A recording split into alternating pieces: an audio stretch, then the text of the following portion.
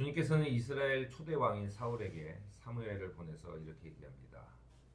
이집트에서 이스라엘 나올 때 그걸 길을 막고 괴롭힌 아멜렉에게 벌을 하겠다. 그러니 너희는 거기 가서 그 딸린 모든 가축들까지도 전부 다 죽여라 명령을 합니다.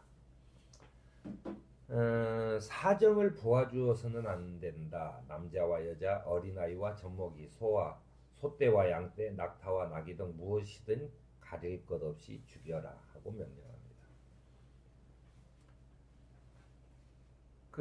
그런데 이제 사울이 아말렉에 공격하러 들어가서 그 공격이 아주 사울은 굉장한 지략가고 전쟁에 아주 능통한 왕이었어요. 그러니까 이제 초대 왕이 됐겠죠.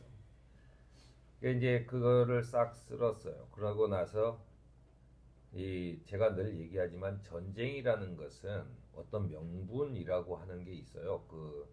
뭐 때문에 그랬다라고 하는 그거는 세계 평화를 위해서 이런 얘기죠. 근데 사실은 전쟁이라는 것은 기본적으로 모두가 다 약탈입니다. 세상의 전쟁이라는 것은 전부 다 약탈이에요. 약탈할 일이 없으면 전쟁을 결코 일으키지 않아요. 누가 세계 평화를 위해서 자기를 희생하면서 목숨 걸고 가겠어요? 그렇지 않아요. 전부 다 약탈이죠. 사울도 역시 이 아말렉 공격하면서 약탈을 하지 말라는 얘기를 듣지 않고 좀 이렇게 보기에 썩 좋지 않은 것들은 다 죽이고 괜찮은 소와 양, 괜찮은 것들, 값어치 있는 것들은 가지고 왔어요.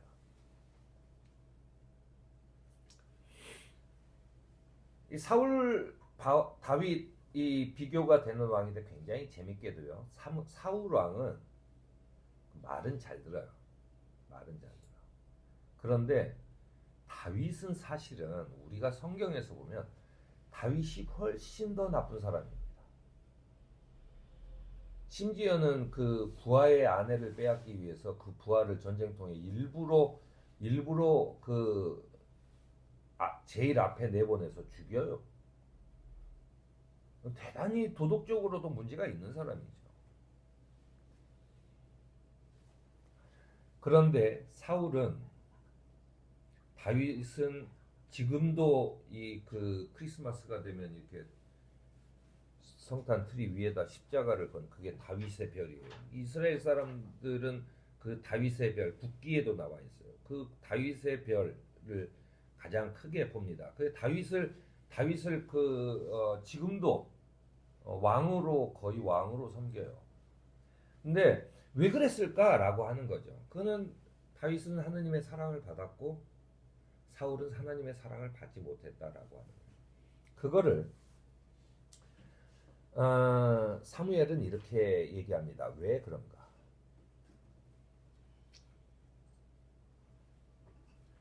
사울은 이 좋은 가축과 이런 것을 약탈을 한 걸 끌고 들어오는 걸 보고 사무엘이 얘기하죠. 너는 왜 하나님의 말씀을 안 들었는가? 사울이 이렇게 얘기해요. 사무엘상 15장 15절에 나와 있는 그대로입니다. 우리 군인들이 예언자께서 그러니까 사무엘이 섬기시는 주 하나님께 제물로 바치려고 양떼와 소떼 가운데 가장 좋은 것을 남겨다가 끌고 왔습니다라고 얘기를 해요. 그러니까 내가 명령을 어긴 것은 나를 위해서가 아니고 이걸 하나님께 바치려고 가져왔다라고 얘기하는 겁니다.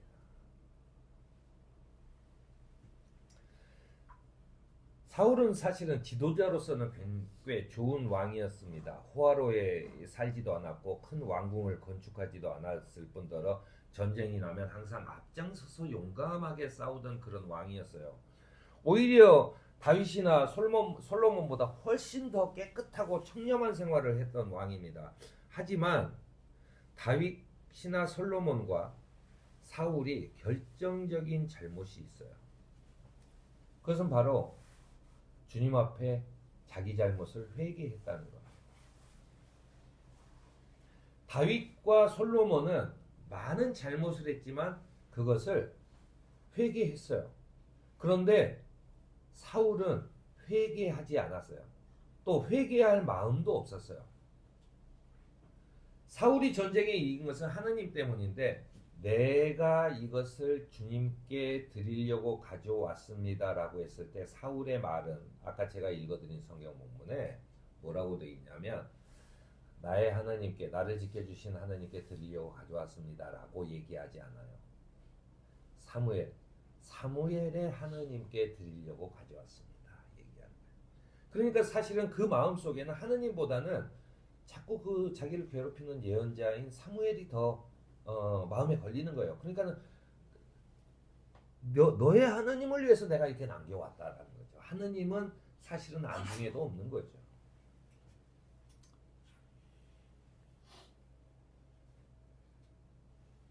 네가 하나님께 순종하지 않았다라고 하는 사무엘의 말에 사울은 이렇게 얘기해요. 나는 주님께 순종했습니다.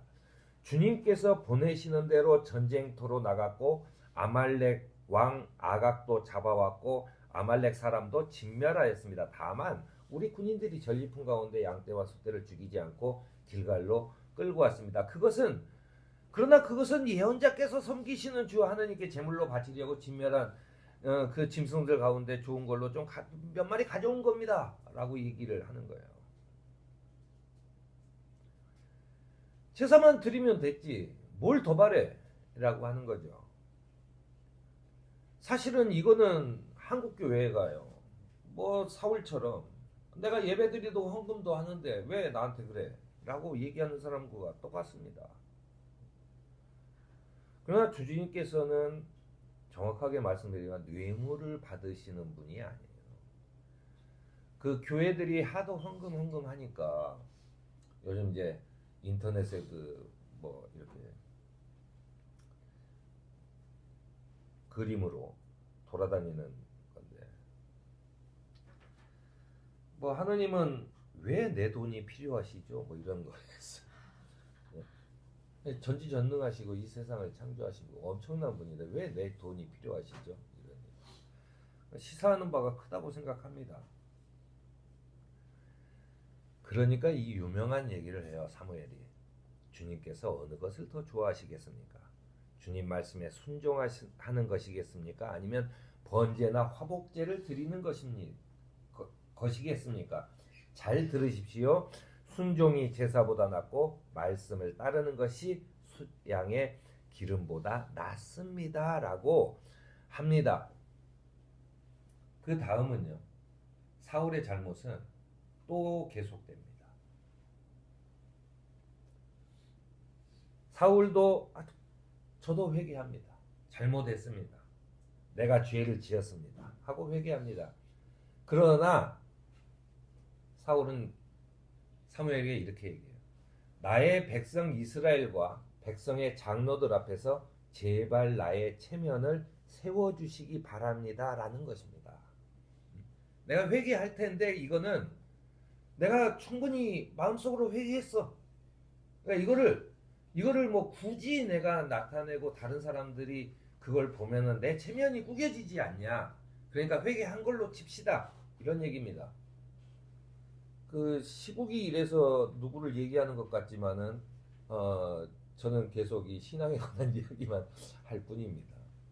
내 체면을 좀 살려줘야 될 거 아니야. 내가 왕인데 이런 거야. 다윗은 어떻게 했는 줄 알아요?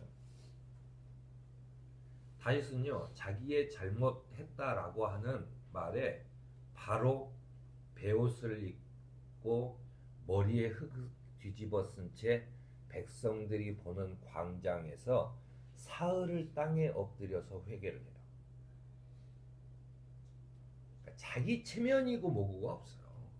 그냥 내가 이렇게 잘못을 했다라고 흙을 뒤집어 쓰고 죄를 뒤집어 쓰고 거짓골을 해서 그 광장에서 모든 사람들이 보는 앞에서 엎드려서 사흘을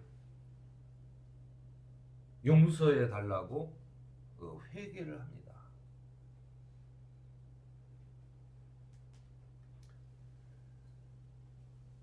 다윗에게는 자기의 그 무슨 체면 같은 게 없었을까요? 결국 자기가 잘못했어도 자기 체면이 더 중요한 거예요. 아니, 다 버리고 그냥 엎드려서 회개한 다윗과 비교가 된다는 이야기입니다. 우리가 예수 그리스도를 따라 산다고 했을 때 우리 삶 속에서는 수많은 일들을 하고 또 수많은 선택들을 합니다. 우리가 많은 선택들을 할 때 우리가 항상 옳은 걸 선택할 수는 없어요. 때로는 어쩔 수 없이 살짝 내 미래를 위해서, 내 가족을 위해서, 내가 속한 그런 조직을 위해서 살짝 잘못된 선택을 해야 될 때도 있습니다. 또 내 욕심이나 이런 것 때문에, 사사로운 감정 때문에 잘못된 선택을 할 수도 있어요. 그것은 이 세상과 이 관계에 있는 다른 사람들 앞에 잘못도 있지만 하느님 앞에서 굉장히 큰 잘못이죠.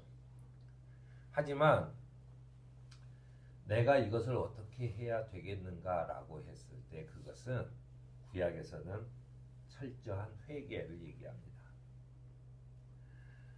야고보는요, 우리가 도대체 그러면 어떤 선택을 해야 합니까? 라고 했을 때 야고보는 이렇게 해요. 여러분 가운데 누구든 지혜가 부족하거든, 내가 어떻게 해야 될지 모르거든, 모든 사람에게 아낌없이 주시고 나무라지 않으시는 하느님께 구하십시오. 그러면 여러분은 받을 것입니다. 라고 얘기해요. 즉 다윗이 자기의 모든 것을 버리고 왕으로서의 체면이나 왕으로서의 어떤 권위도 다 버리고 그 광장에서 3일을 엎드려서 그 비는 그 모습처럼 그 우리가 사는 삶 속에서 무엇을 선택해야 할지라고 했을 때 내 계산이 아니라 하느님께 간구하는 거예요. 저에게 지혜를 주십시오. 내가 어떤 걸 선택해야 될지 라고 하는, 하느님을 우선시하는 그런 것. 그래서 바울도 온갖 기도와 간구로 언제나 성령 안에서 기도하십시오. 이것을 위해 늘 깨어서 끝까지 참으면서 성도들을 위해서 간구하십시오라고 권면하는 것입니다. 예수께서는 너희가 무엇을 구하든지 다 그대로 이루어질 것이다 라고 얘기합니다. 이 말씀 세상 사람들이 다 좋아해요. 그런데 이 무엇이든 구하면 다 이루어질 것이라는데 전제가 있어요. 같은 성경 요한복음 15장 7절 안에 있습니다. 그 전제는 뭐냐면 너희가 내 안에 머물러 있고 내 말이 너희 안에 머물러 있으면 너희가 구하는 모든 것을 주시겠다고 얘기해요. 그래서 사람들은 내가 주님 안에 머물러 있고 주님의 말이 내 안에 머물러 있는 것은 별로 중요하지 않아. 나는 교회도 다니고 헌금도 내. 그러니까 내 말을 들어줘야 되는 거예요. 응? 너희가 무엇이든지 구하면 다 이루어질 것이라고 했으니까 들어주라고 얘기하는 겁니다. 우리가 그리스도 안에 머물 수 있는 것은 그분이 진리의 영으로, 성령으로 우리 마음속에 들어오는 것을 얘기해요. 그러니 우리가 추구해야 할 것은 주님, 나에게 주님의 영을 보내주십시오. 내가 그 말씀을 따르겠습니다. 라고 하는 것이죠.